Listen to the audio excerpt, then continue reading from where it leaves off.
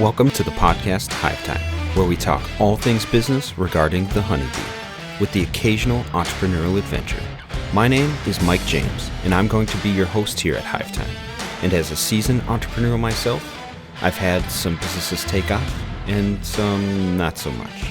So we are going to talk about some of those experiences, as well as my latest venture, Hyve, which is an insulated beehive company that has incorporated smart sensors into the hive, and we'll talk a little bit about that from time to time, as well as a beekeeping business called Kinney Bees, where we host beehives at homes, farms, and businesses.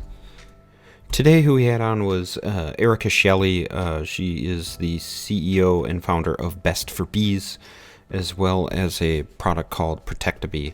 I had some audio issues recording this, I guess maybe some of the stumbles here coming out of the gates as a podcaster.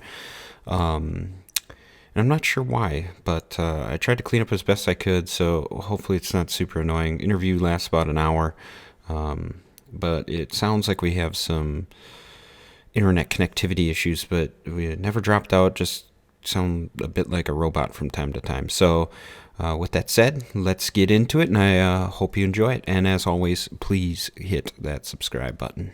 So who I have on with me now is Dr. Erica Shelley. She's CEO and founder of Best for Bees, and also the inventor of the Protectabee. Thanks for coming on. And actually, this is our first hosted podcast. So congratulations on being the number one. Oh, wow. I like being number one. So do you want to just talk about your background, how you got into bees, what gets you excited about bees, and then kind of describe what Best for Bees does, and then we could talk about the product Protectabee. For sure. So I've been a beekeeper for over 10 years, and I got into beekeeping, I think, the way that a lot of people get into beekeeping, and that I had planned on having 2 backyard hives, and I was just going to have coffee and watch my bees and get honey. And that's kind of how it always starts, doesn't it? I think everyone has that exact same story. I was like, oh, this is going to be a cute little hobby. My background is I'm a scientist, so I have my PhD in molecular and medical genetics. I had done fungal research, that was sort of my background, and of course, as science starts to permeate all parts of our lives, especially when you're a scientist, but I think anybody who has like an inquisitive mind, when I got into it, I started realizing there was a lot more to it than just putting bees in a box and watching them with my tea and grabbing some honey. So I started. I started on that path, and I actually started going to conferences, and I really just got into the biology of bees and the health of bees. I used to be into regressing bees to smaller sizes to make them healthier. Like I went through like many phases of beekeeping. Can you explain that? So you were shrinking intentionally the size of the hives? Yeah. So now we're going back some time, right? So I would say, so it's probably like 12, 13 years ago, maybe even more. The idea was that if bees were smaller, so bees that are closer to the equator are a smaller bee. And then as you get further from the equator, even though they're honeybees, they just tend to get bigger. And so if you have bigger bees, you only have so much space in a hive. So bigger bees take up more space. So you don't have as many bees to do the hygienic activities, to do the foraging.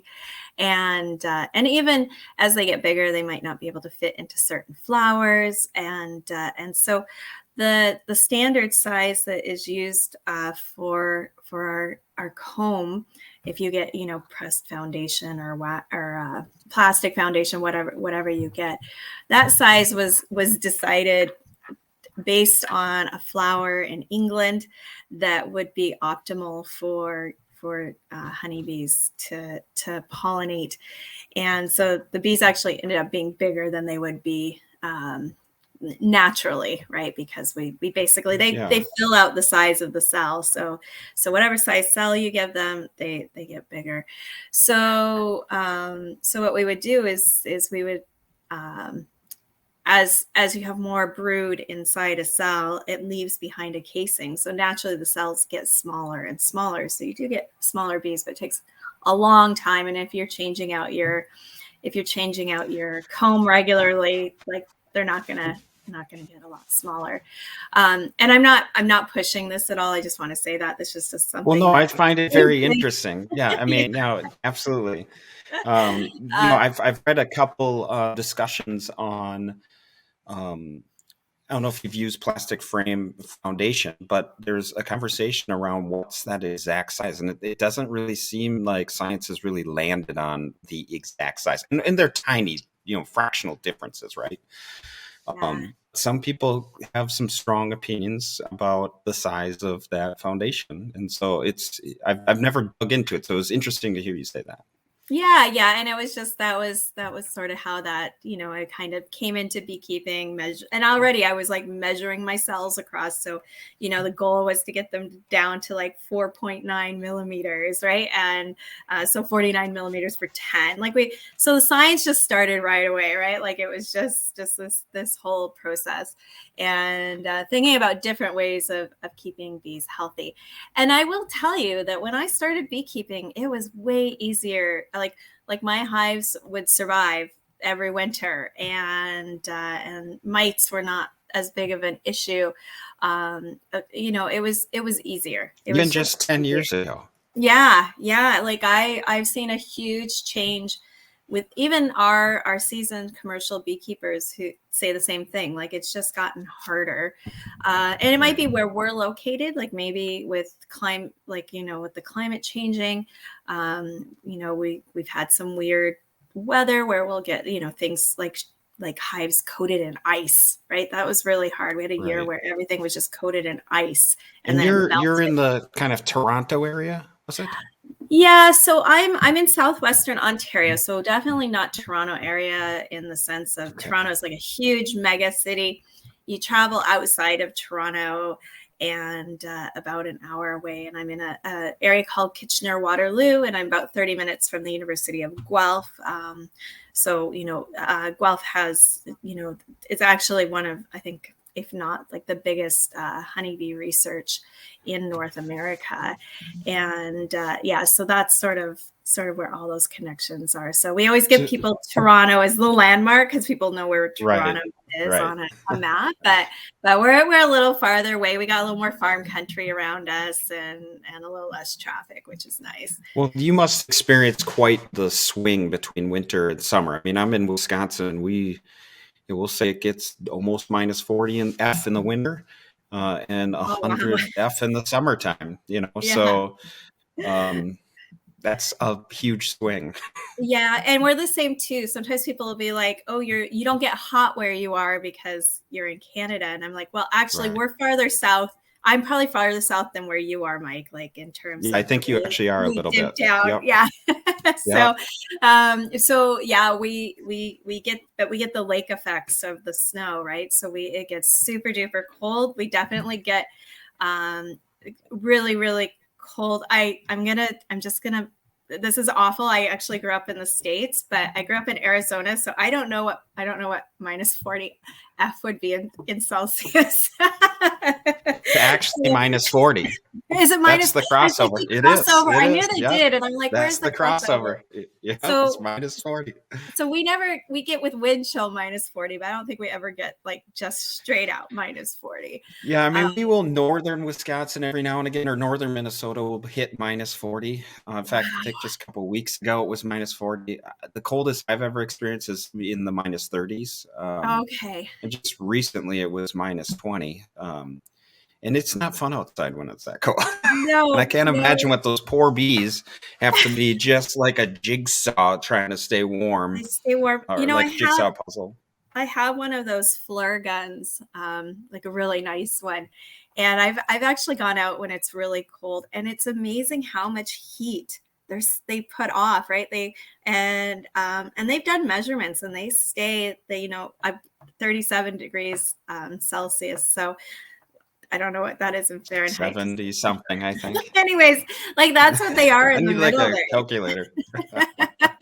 So anyways, yeah, so they stay, like, it's amazing how warm they stay. And a lot of people are they think the issue we have in these colder climates has to deal with the cold, but it really comes down to, you know, having enough bees going into winter, and the moisture is the biggie. So getting cold and wet is what kills the bees, not the cold. I've been through the coldest winters I've had here. I've had the most success with my bees getting through. So it's not the cold, but the mixture of that moisture, coolness, how strong the hive is, what your Varroa mite counts are going into winter, like all of that plays a big role. Yeah, it certainly is a compounding effect. I mean, and that's, you know, I like to describe it as beekeeping isn't like when you run into problems, it's almost never a linear problem. And I think that a lot of times conversations get steered based in a linear situation versus a dynamic one. And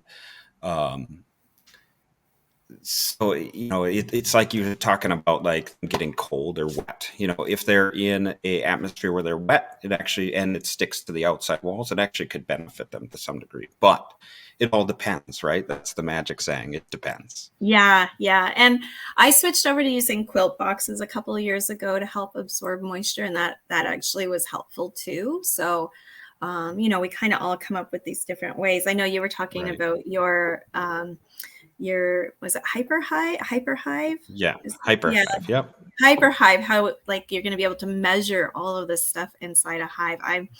We use little chips to measure some stuff, but like we were talking about, it gets propolized, it'll get dead bees on it. Like it's not optimal.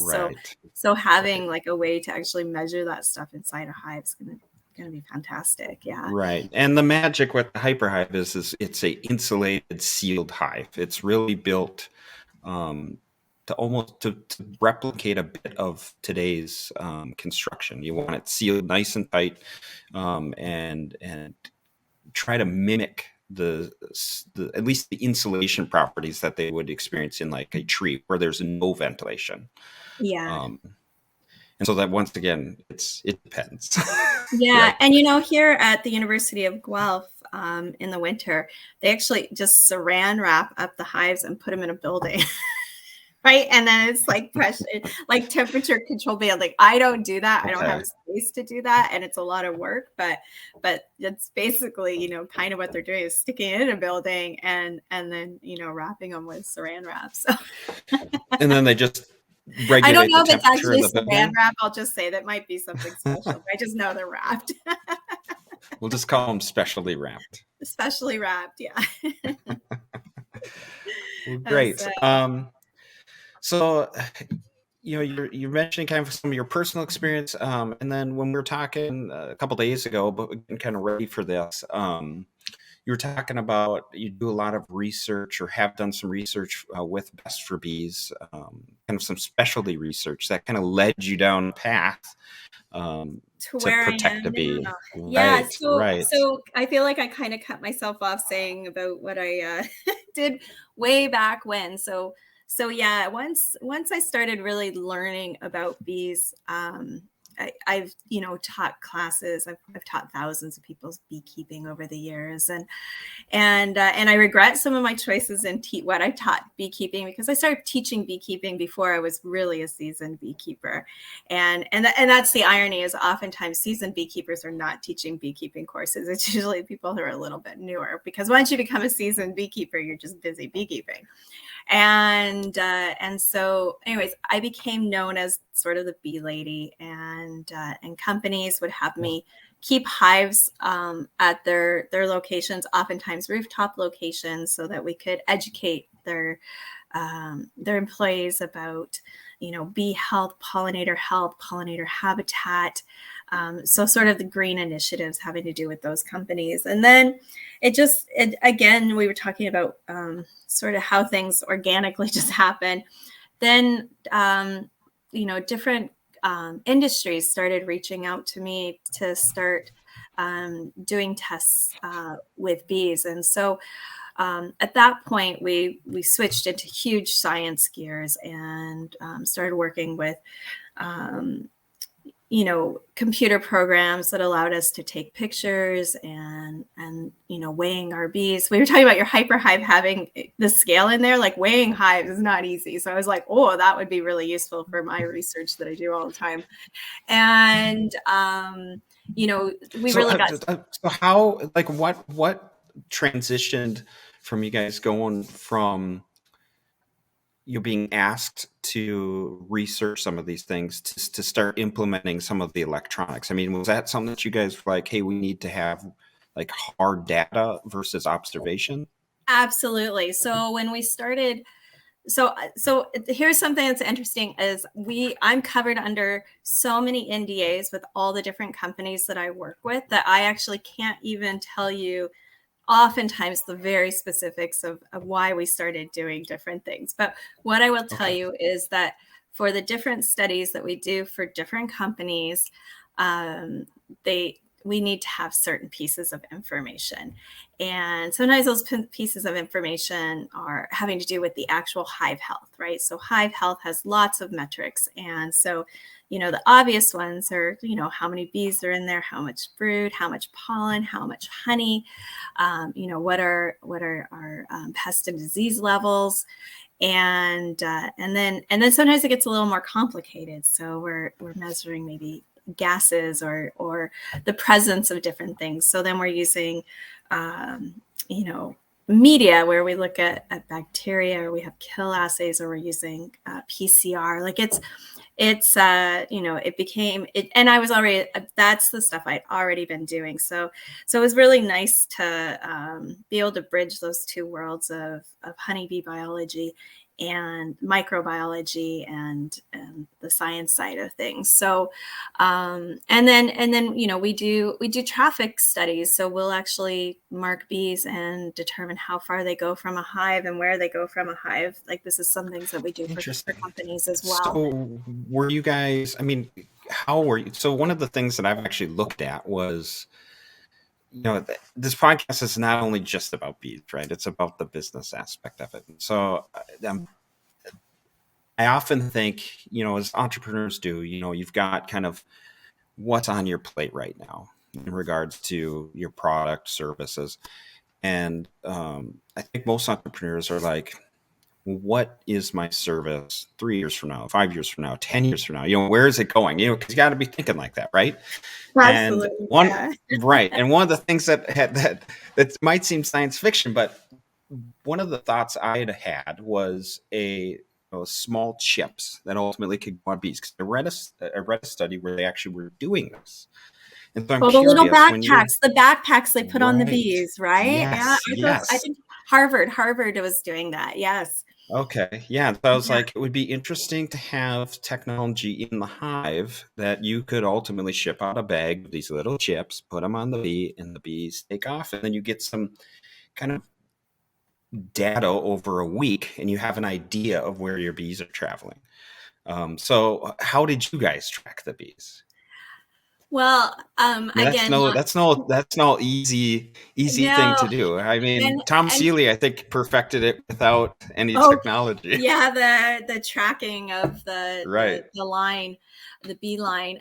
So for us, again, this is part of what our company does. It's a specific service that we offer, and so we don't actually want to give away too much of what we do because that's what makes us unique. And we're talking about entrepreneurs. If you've got your thing that you do, so and also it for the customers that we have helped, if we just give out that information, because they're oftentimes in competitive with other companies as well. So, totally understand. So I won't talk about specifically what we've done, but I will say that we do not have little backpacks on our bees, which would be fantastic and make things. But actually, because honeybees are so many in there, it's actually difficult. And I say we were talking about honeybees, but we work with bumblebees too, and do some of those tracking studies with them as well. And it is interesting to kind of see how they go. Now, Mike, I'm going to come back to this entrepreneur thing. So I did not want to do all the stuff I'm doing now. That's how it always works. That's how it always works. It's how it works. I wanted to have tea with my bees and have some honey. And then like for the longest time, I had no honey because I was giving out honey to people whose bees hives were struggling. Like all the things that I imagined happening as a beekeeper was not how it happened. And I always say my life has been like going tubing on a river that's curvy. Like I know I like tubing and I like rivers, but I don't really, I don't know what's coming up next. Around the next bend. I don't know what's around the next corner, but you know what? I've been staying in that tube no matter what and seeing what's coming around. So each one of these steps has been not a planned entrepreneur. Like, it's not like I drew out this business plan and I said, in this amount of years, I want to be doing these things for these companies. I didn't even know these were services that could be offered, right? Like, and I'm not even sure these companies knew they were services that could be offered. They would ask me, and then I would basically strategize, okay, this is how we can answer those questions that you have, or this is how we can optimize production of X, Y, and Z in your situation. And that was just my skill set. So, and we're going to talk a little bit about this product that I have, but going from being a consultation service to somebody who's actually producing a product was never, ever, ever in my cards. Like, I don't like selling anything to anyone. I'm just like, what? If you want to buy it, that's great, but I'm not going to convince you to buy it. Like, this is, that's not my personality. So, well, they come in all sorts, and it sounds like salesman entrepreneur. You're the builder. I am the builder. I'm a creator. I love problem solving. I've been inventing things my whole life. Like since I was young, if something needed to be fixed or needed to be better, I was the person who always did that. And if there was a problem to be solved, I am very tenacious in solving that problem. Like, I will figure out how to get the answer that we need.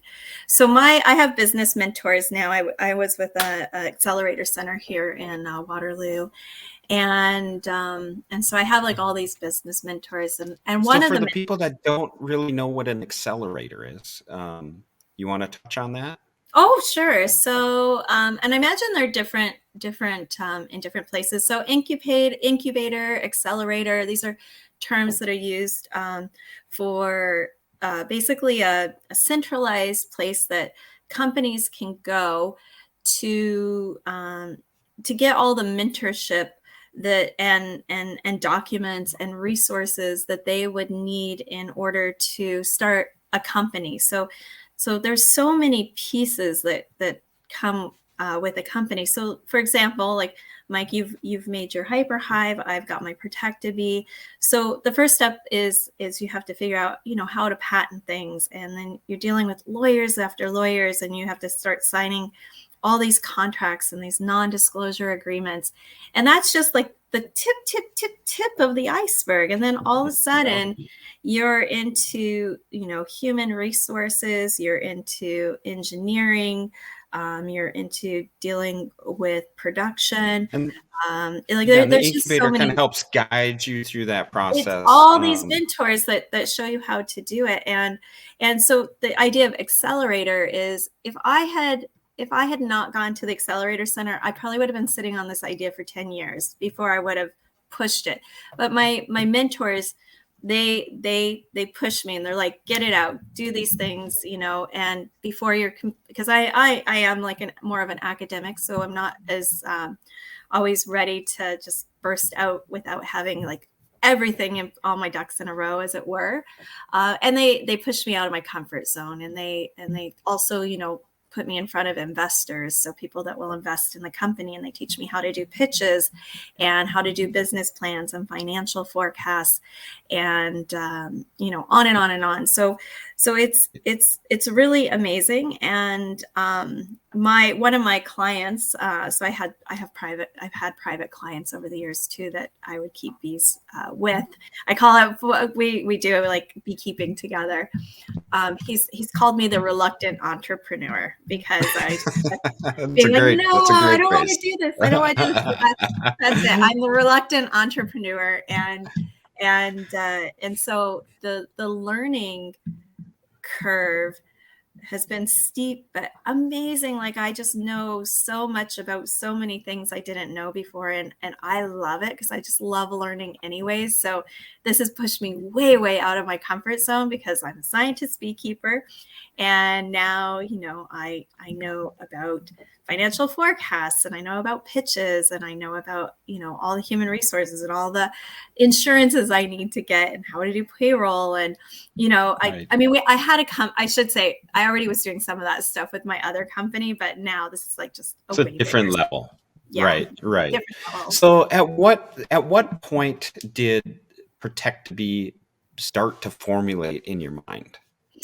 Well, so again, as I mentioned, we have clients. And so we had Dr. Peter Kevin. He is a professor emeritus at the University of Guelph, and he is legendary. He's got 2 bees named after him because people chose to name those bees after him, right? Like they're like, I've discovered a bee. Who should I name it after? And then they name it after. Students say you. Yeah, and they weren't even students. They're just people, I think, in Mexico that he's done work with. Like, he's just very inspirational. And he had this idea of apivectoring, which is using bees to carry powders out to flowers to protect them against pests and diseases. He had that idea 30 years ago. So this is not a new idea. And that's called bee vectoring, correct? Bee vectoring. So apivectoring, for apis. So bee vectoring is kind of our, making it easy for people to to remember, understand and get it. And so he actually will not use the term bee vectoring. Like he's like scientist. Rightfully like, so, right? Rightfully so. Yes. Right. That's the marketing spin. Yeah, it is the marketing spin. And so he started that 30 years ago, and then he worked with a company.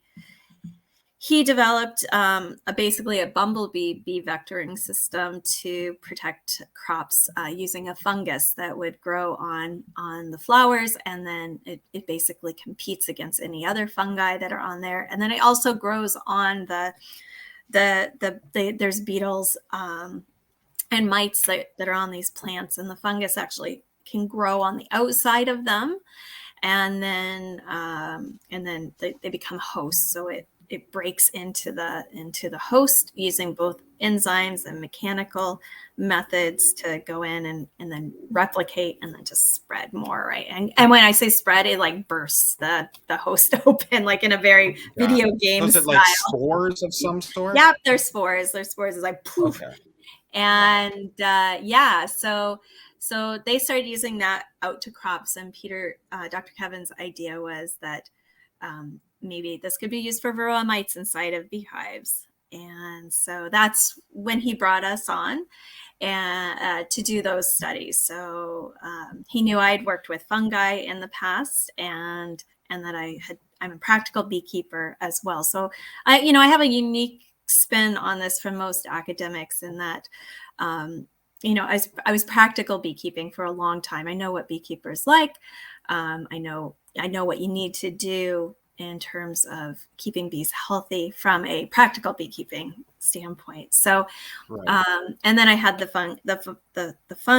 fungus background, which is very unique, and then also the research side of looking at the health of a hive. So he brought us in to do this project. He had these trays. I only laugh because we wrote a grant for 2 years based on this thing that I assumed it was going to work, and it was this, like the size of your bottom board, and you would put this piece of plexiglass on top of your bottom board, and it had little ramps for the bees to go up. And then the idea was the powder would go on the bottom. And then when they would come in, they would go up those ramps and go through the powder. And then on the second level of that, because it would be 2 levels, was where they would take off. So they would skip the bottom and they would take off from the top. And so we put those on the hives, which actually was kind of a pain. And now you had like a double opening too, right? So it was like extra big opening.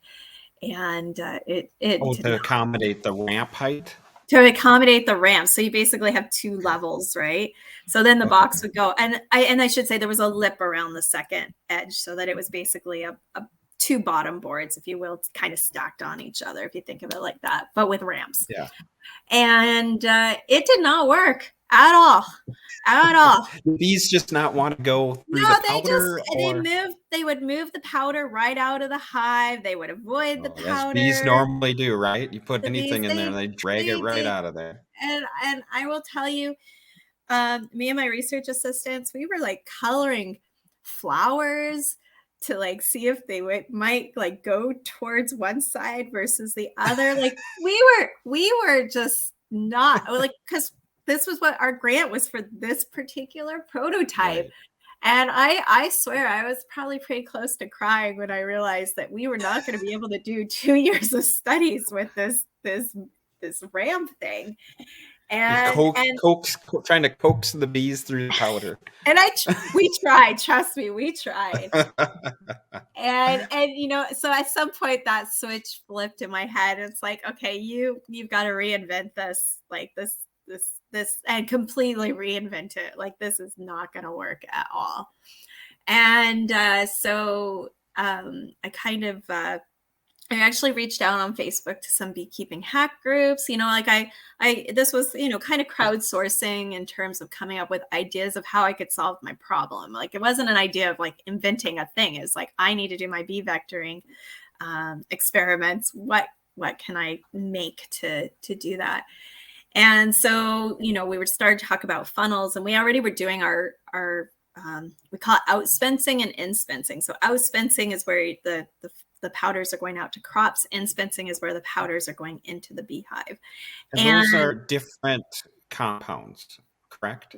They can actually be the same compounds, but in this case, the one that typically is sent out is Clonostachys rosea. That's the one that I think it's CR. There's a number after it that Bee Vectoring Technologies in Mississauga uses, and they're the only ones that I think. And I might be speaking out of turn, but I think they might be the only ones that have basically it's patented, and so they're the only ones that can use that in the United States, and maybe in Europe, where it's going through approval in Europe.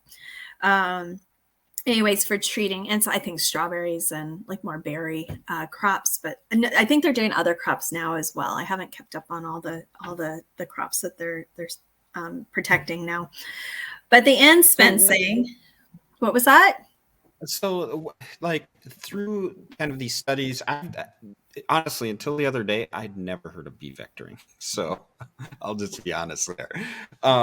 Like, what kind of efficacy is there in the bees distributing the powder once they're able to willingly walk through the powder?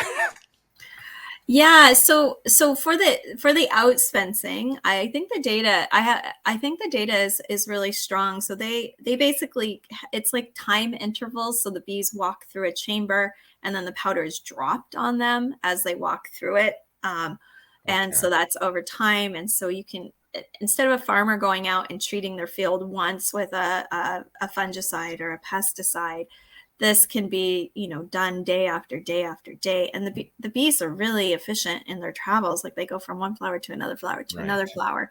So it's actually, the efficacy, I think is quite high with that outspencing. And I did work a little bit on an outspencing project as well, but not enough that I feel like I'm an expert in saying this is super effective or anything like that, but it definitely is effective. Now, in terms of our bringing powders into the hive, and this is jumping ahead, but we were super effective. basically every single cell that we tested would have a powder in it. Like that's Wow. how effective That's we very were cool. at getting that. And we would put a powder in, and it would take about 6 hours or so for them to empty out the tray. And then Which when we would seems very test, fast to me, to be honest. yeah, but so we have when I talk about the powders, so the powder is in what we call a diluent. So the diluent is made so that it sticks to bees. So it very easily sticks to them. It's not too small that it causes any danger for their breathing, because they actually breathe through, the outside of their the spiracles. And so it sticks to them, but not too long, right? So when it comes in contact with another surface, it'll drop off. So it was important to get that done. And that was done long before we were on scene, right? That was part of the other part as well.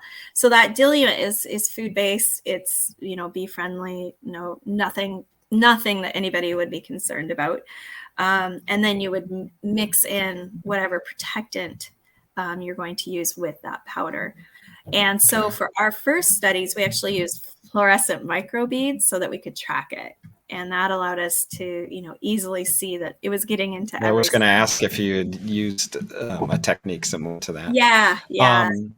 So at what point did the actual device kind of propagate in your mind to kind of help solve the problems that those ramps were the ramps creating? did not. Right. So I knew I needed to. I had several goals. One, I needed to separate the in from the out traffic. That was goal number one. Number two, I had to outsmart the bees so they couldn't carry the powders out. If you've been in beekeeping for any amount of time, so I used to do cutouts all the time where I'd remove hives from structures, and you would use string to tie in the comb, and always within 48 hours or so, those strings would be dragged out. Like these super long strings were dragged out by the bees. They're like, these don't belong in the hive. And the bees are like that. If they don't feel like something belongs in the hive, they're going to move it out. And so we wanted to outsmart the bees so they couldn't do that. So I was like, okay, it has to be hard for the bees to drag something out, but they'll carry it in. And so so we were talking about those funnels, and then I had the aha moment at 3 a.m. Woke up out of my sleep, and I knew it had to be the cones with these separate chambers. And we have drawers now, but we actually didn't have drawers in the beginning. So it's these alternating cones so that and that's the little black part on the bottom, the drawer. Yeah. So I'm just going to hold up the cones here. I know we're on a podcast, but it'll give you an idea. So I actually have on here. I don't know if you can see, there's like out. They kind of remind me of those traffic cones. Yeah, that's what they look like. If you were to glue the bases together, right? Yeah. Just for the people that can't see. Yeah, so they are like little traffic cones, and there's 4 of them on a base. And so the bees won't go in the skinny part of the cone. Most of the time they can, but we actually, the part of it is getting the right distance and the right diameter and the right texture to keep them from going in what we call the outdoor. And then the wide base of the cone is where they would go in. And just like traffic cones, these are, not just like, these are red. And we chose red because bees actually don't see the color red. It's they're not within their spectrum, right? So it's not that it's invisible. So I always said it's not like they can't see it at all, but they don't see it as the color red, and it's a kind of a murky color, not something that they're going to be drawn to.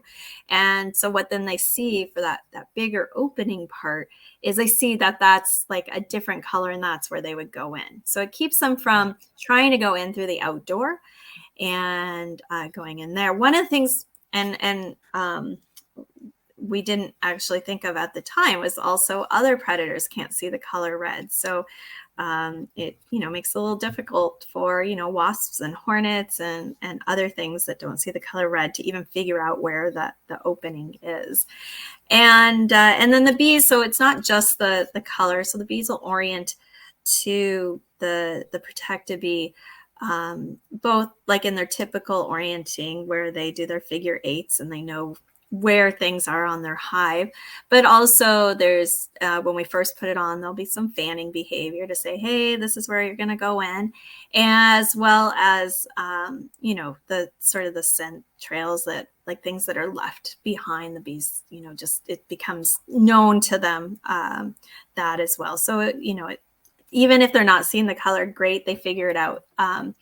We usually put it on in the morning before the bees have done their first flights, the first orientation flights. But you can put it in the middle of the day. You just get a lot of clumping. It takes longer for them to figure it out. I just feel bad for the bees then. So we always put it on earlier or later if we can. Sometimes we forget what depending on. And you have a nice video on your Indiegogo page. Not to try to get ahead of us ourselves here, but go for it. I thought the resources that you had on there were actually really nice. Video, which is this top, I think it was this top one I was watching. It really what was the best day of your life? It's got some sound on it. Mm-hmm. I don't know if could you hear the sound? I heard it, yeah. Okay, I guess maybe we can play it. I'm gonna get some weird echo because it's coming from my computer. Easy. These girls flew into it. People call it beekeeping. I like to call it bee parenting. Hi, I'm Ted Honey, father to thousands of bees. Bee parents like me want nothing but the best for our bees. That's why all my hives have Protectabee, the adjustable hive entrance that keeps all my babies. And those are those little cones that we were talking about before. It's having problems with all kinds of critters wanting to eat the bees and their honey. We're talking wasps, hornets, yellow jackets, bees from other colonies, mice, even skunks. But with Protectabee, my girls are safe from robbing, pests, pesticides. That really shows them going in and out of there nicely in those videos. Maximize bee movement while providing a physical barrier for predators. It made beekeeping easy. It was simple to install, and with the different inserts, it offers so much flexibility throughout the beekeeping season. The bee can decrease outgoing traffic when it's time for mowing or weed whacking. During winter months, Protectabee's entrance reducer can cut down on cold air getting into the hive. Solid inserts can be used to temporarily close the hive, protect from pesticides, or when you want to move your hive. The inserts can also be removed, great for times when you just want maximum bee traffic. Look, this is from their first day. They got the ins and the outs down pat. It's been a real game changer for me. And I'm not the only one that Protectabee system can help. Hobby, small scale, and commercial beekeepers can all benefit from Protectabee. They've taken to it really well. It didn't take them more than half an hour to figure it out. It's quite easy to install. It's quick, it's easy, it installs within seconds. Right off the top, I thought this makes just excellent entrance reducer. It's so adaptable. I really am excited about all the applications. It can make it a lot easier, especially for beginner beekeepers. Commercial beekeepers going to pollination, bringing their bees back healthy instead of exhausted and tired and sick. That changed the industry. I think your product's amazing. Sad truth is, up to 50% of beehives die every single year. Best for Bees founder created this product with the goal of changing that, helping bees and beekeepers. Hi, I'm Dr. Erica Shelley, founder of Best for Bees. We have been cut you off right there. We got you live. Yeah, that's I think the video is great, right? And I mean, were those alpha or beta testers that you guys were interviewing?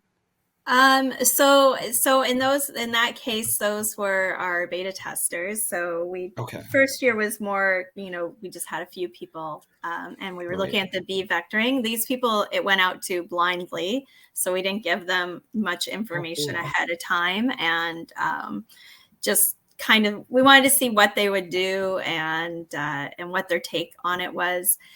We had invented it for bee vectoring, and so one of the things that really surprised us was when we went to go pick up our Protectabees. Like they had a survey, like an online survey to fill out, and then we did like a video interview, and that was part of our grant. So at this point, at no point were we when we were doing these, we're planning on like having them be customer testimonials for selling it. And so everything that you hear in those things, those are we didn't know that they were that we were going to do that portion of it. So it's so genuine, like the things that they're saying. Anyway, so when we went back, they wanted to keep the Protectabees, and I only had. Did you let them? No, I only had so many of them, and I wanted to have other people test them too, right? And have them on our research apiaries, like. So, and I was like, why do you want them? I'm like, that we don't even have these powders yet. And that we were in, the end of our beekeeping season here. So August, September. And they're like, we have a lot of wasp issues at that time of year. So even our strong hives get hit, and urban areas, particularly with wasps and hornets.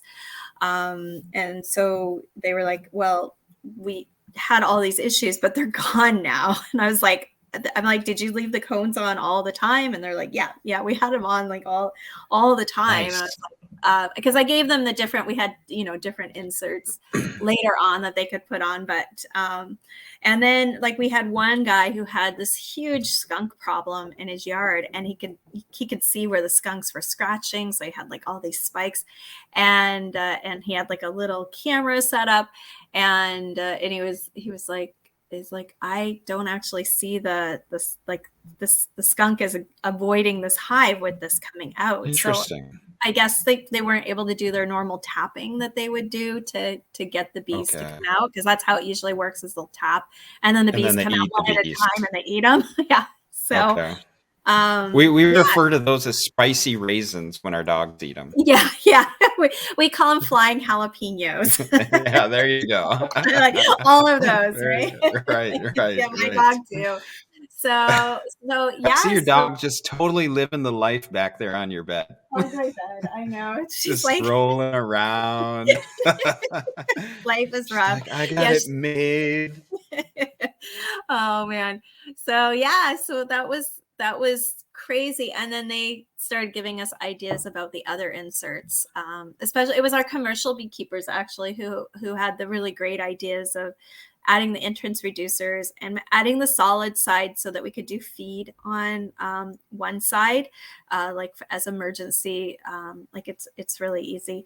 And now I put this on this winter. I say this, I have, 16 hives right now that they're on. And the coolest thing is literally coolest is like when we get it's cold for a really long spell, I can go out and I can open one of the drawers and I'll see a few dead bees in there.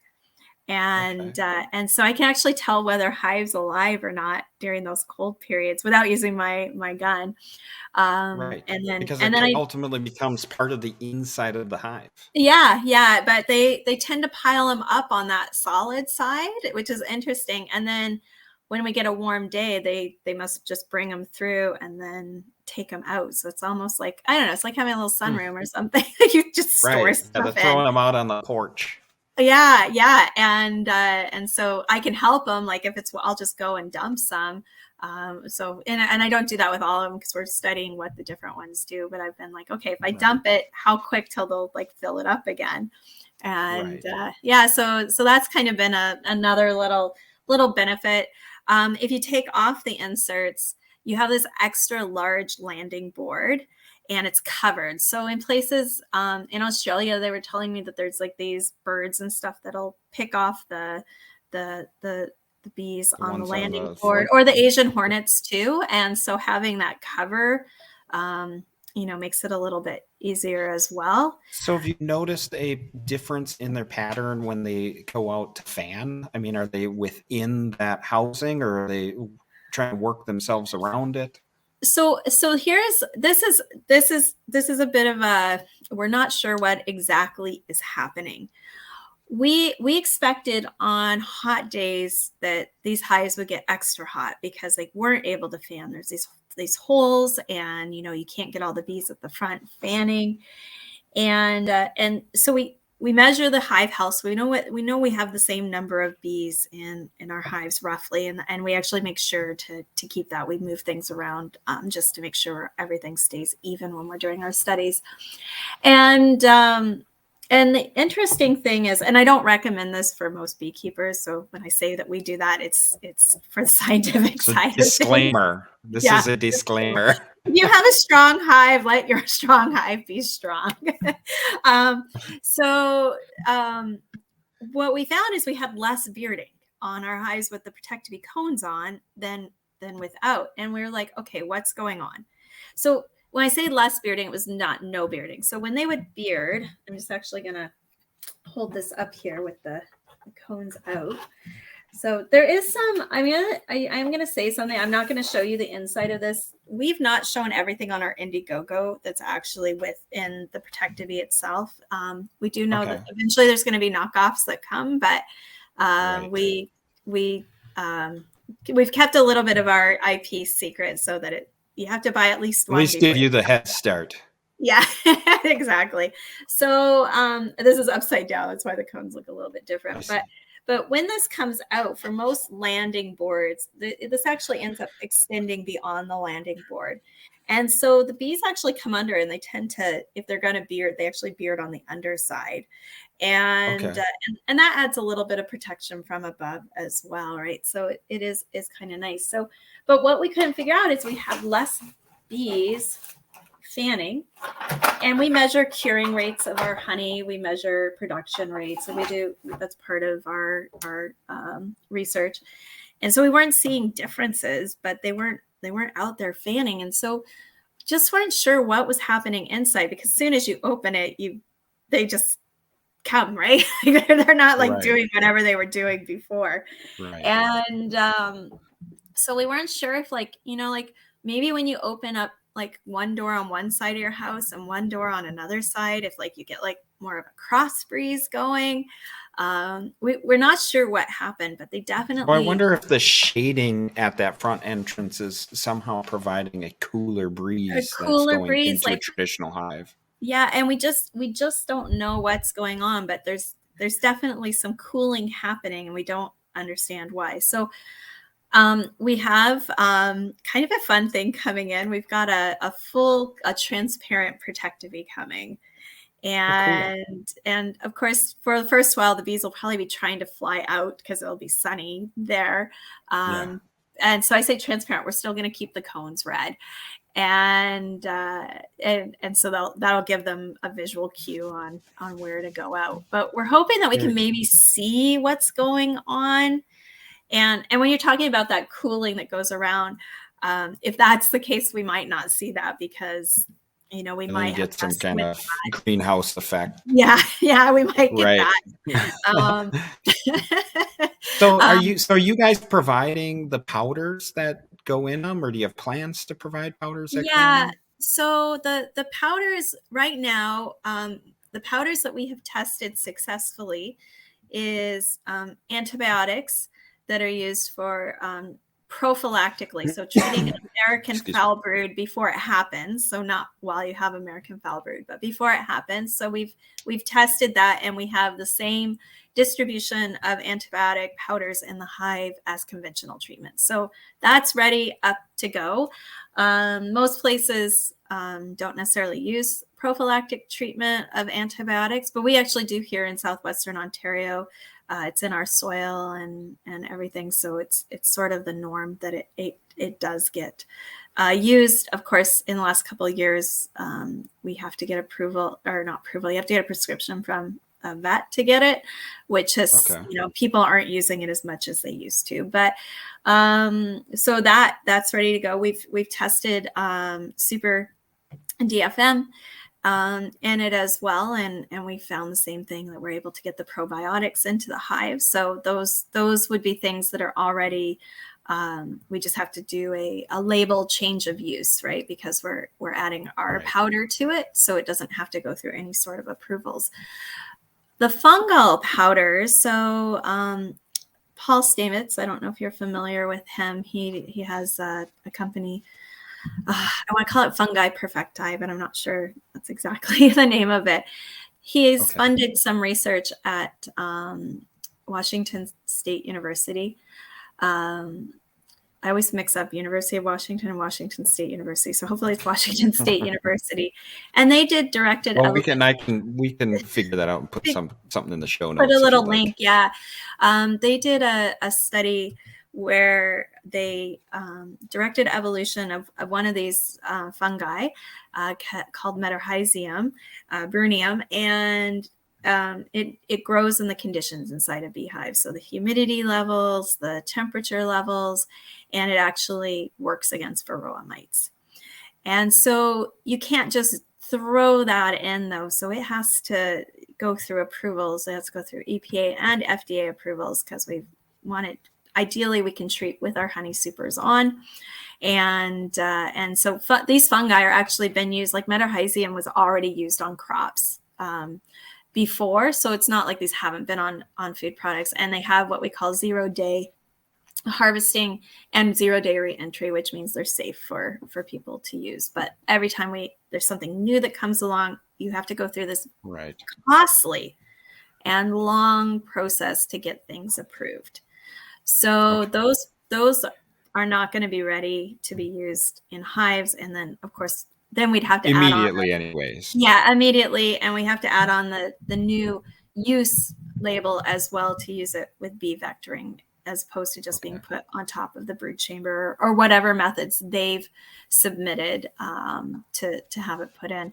And then we're also doing the same thing on our end. We have some other fungi that we're selecting for growth inside the conditions of the beehive as well. So there's going to be multiple options, and this is the super duper duper cool part, Mike, is this is not like any other mite treatment.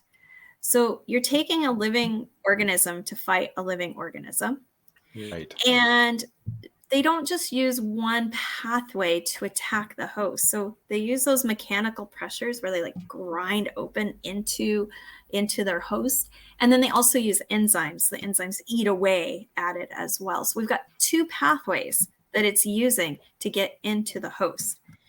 And so for a Varroa mite to evolve resistance simultaneously to both of those pathways is very, very unlikely. And so, well, especially the mechanical, right? Like it's, how are they going to do that? So eventually maybe they will, maybe they'll get harder shells or whatever, right? Like their exo, like it might get harder. I don't know, but it's really hard. So now in our Varroa mite treatments, the Varroa mites become resistant too, because they're being used all the time. And we really try to tell people, make sure you use one treatment in the spring versus what you use in the fall to avoid that resistance. But they still evolve resistance to those things because they're a single pathway. So having a fungi as this treatment with a very easy delivery system where you literally put the powder, like you don't even have to open your hive. You don't have to, when you go into a hive, your queen actually quits laying for several days. If you've got a small hive beetle, there's these propolis gels that they've set up for the small hive beetle. And when you break apart a hive, you're also breaking apart those propolis gels. You're moving things around. The bees get agitated, and especially our hobby beekeepers, they're a little nervous about getting stung. So maybe they don't do the treatments they need to be doing. So when you have a drawer that you literally just open, you put in a tablespoon of powder and you close it and you've done your work. Right. There's sounds pretty easy. There's no excuse for not treating it. So now you've got something that's more effective and easier to use. And now we get healthier bees, and healthier bees, it's just fantastic. So the powders aren't being able to. Oh, I'm sorry. Keep going. I cut you off. Oh, I was just gonna say. So the powders we will eventually sell, but we're, that's possibly a year to 2 years out till we're selling the fungal powders. But we're also working with thymol dust. We're working with there's other powders again that are already approved that we're doing experiments with, and so our Indiegogo campaign is just us raising money for this research is very expensive, right? So all these different ways that we can bring in money and support and collaboration with beekeepers and makers like yourself, like all these different ideas. Like it's, this is not a one-man show. This is, we're working with beekeepers across the world and scientists across the world. And this is how we're going to solve these problems. It's not in a lab by ourselves, but by putting it out there and working with everybody to solve this really big problem. Right. And the best place that they can go to help support is Indiegogo. Right now, Indiegogo will eventually have an e-commerce, like a Shopify site coming up eventually as well. But the people on Indiegogo are going to get the first Protectabees. And it looks like it's going well. It's going really well. I was quite surprised. Good job. In 7 hours, we hit our goal. Our initial goal was just basically for the tooling to get the product started print off. So the fact that we reached that in 7 hours was fantastic. Right. And tooling is quite the expense in regards to anything plastic. It is. And everybody's like, oh, can you just do an 8-frame one? I'm like, I don't have an extra $17,000 yet to put towards for my metal block. Yeah. It's crazy expensive. And again, this has been part of that learning process as an entrepreneur. I didn't even know what tooling meant.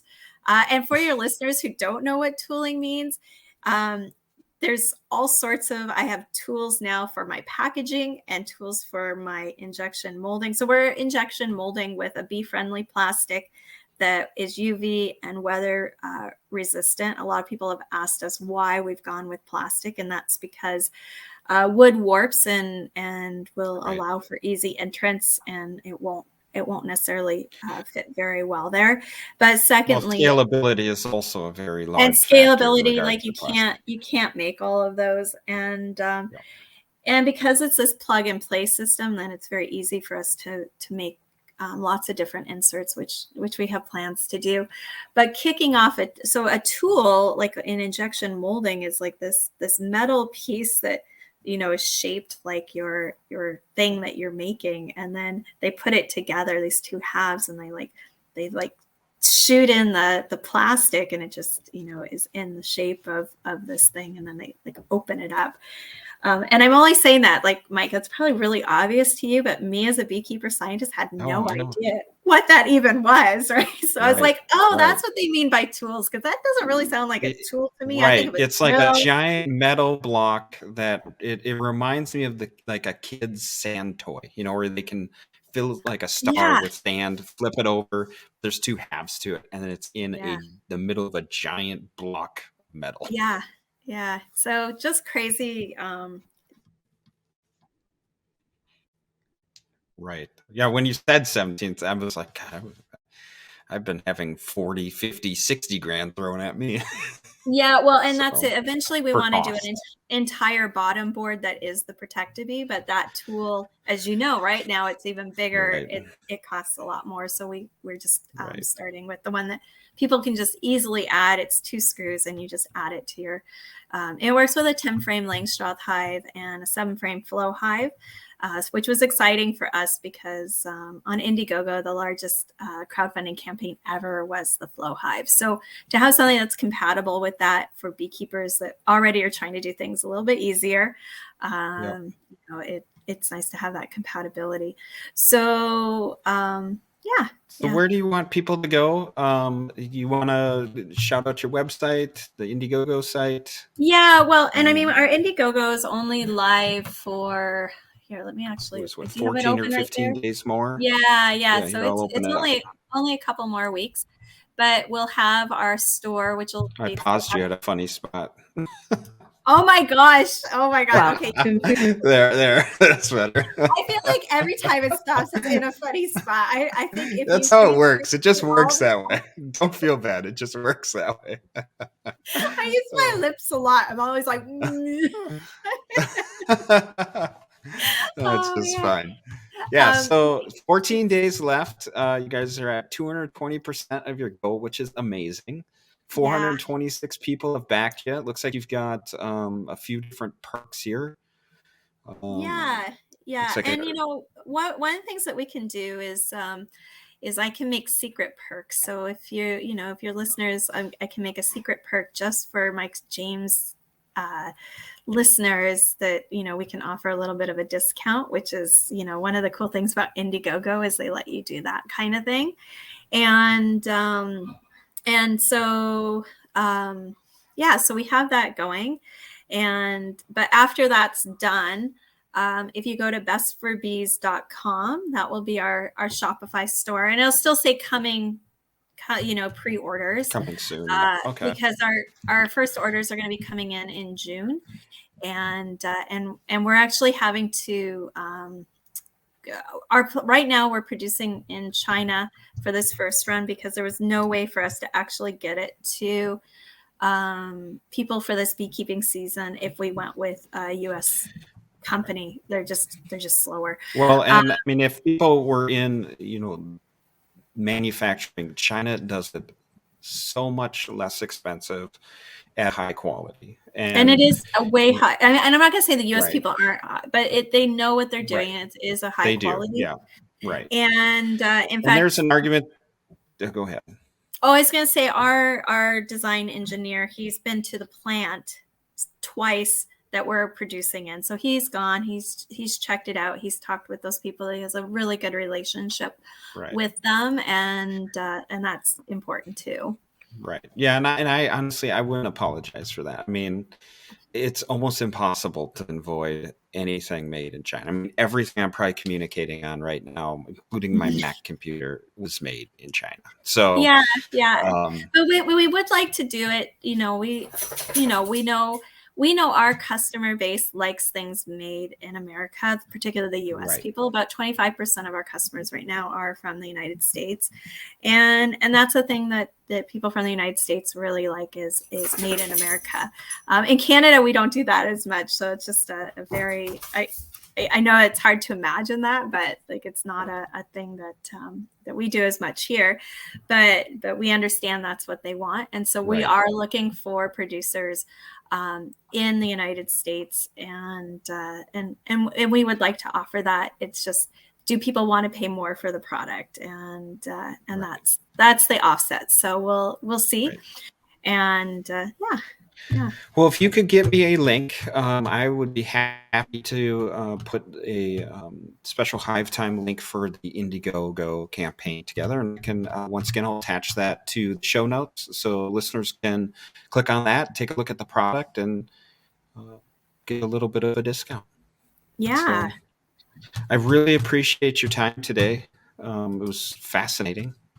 And I really look forward to the success of the product. I mean, it's thinking outside the box, which is, I feel like this industry has been missing thinking out of the box for a long time on a mass scale. I mean, there are thinkers outside the box, but we're still keeping them in 3/4 inch pine boxes, Yeah, so. It just has not changed and for so long. And this this is crazy revolutionary. Your Hyper Hive, crazy revolutionary. And I think, beekeeping, is going to definitely change, right? So we really need to be on the cusp of that, right? Be on the cusp. Right. Very good. Well, thank you so much for the time, and I look forward to your success. Thank you so much. I really appreciate you having me as your first guest. Number one. Yeah. Very good. Thank you. There was nothing left to say. How to get up, walk away. Know when to hold them, know when to fold. Know when to hold them, know when to fold. Cold sweat, blood in my eyes. Thunder rolling through the skies. I can feel it.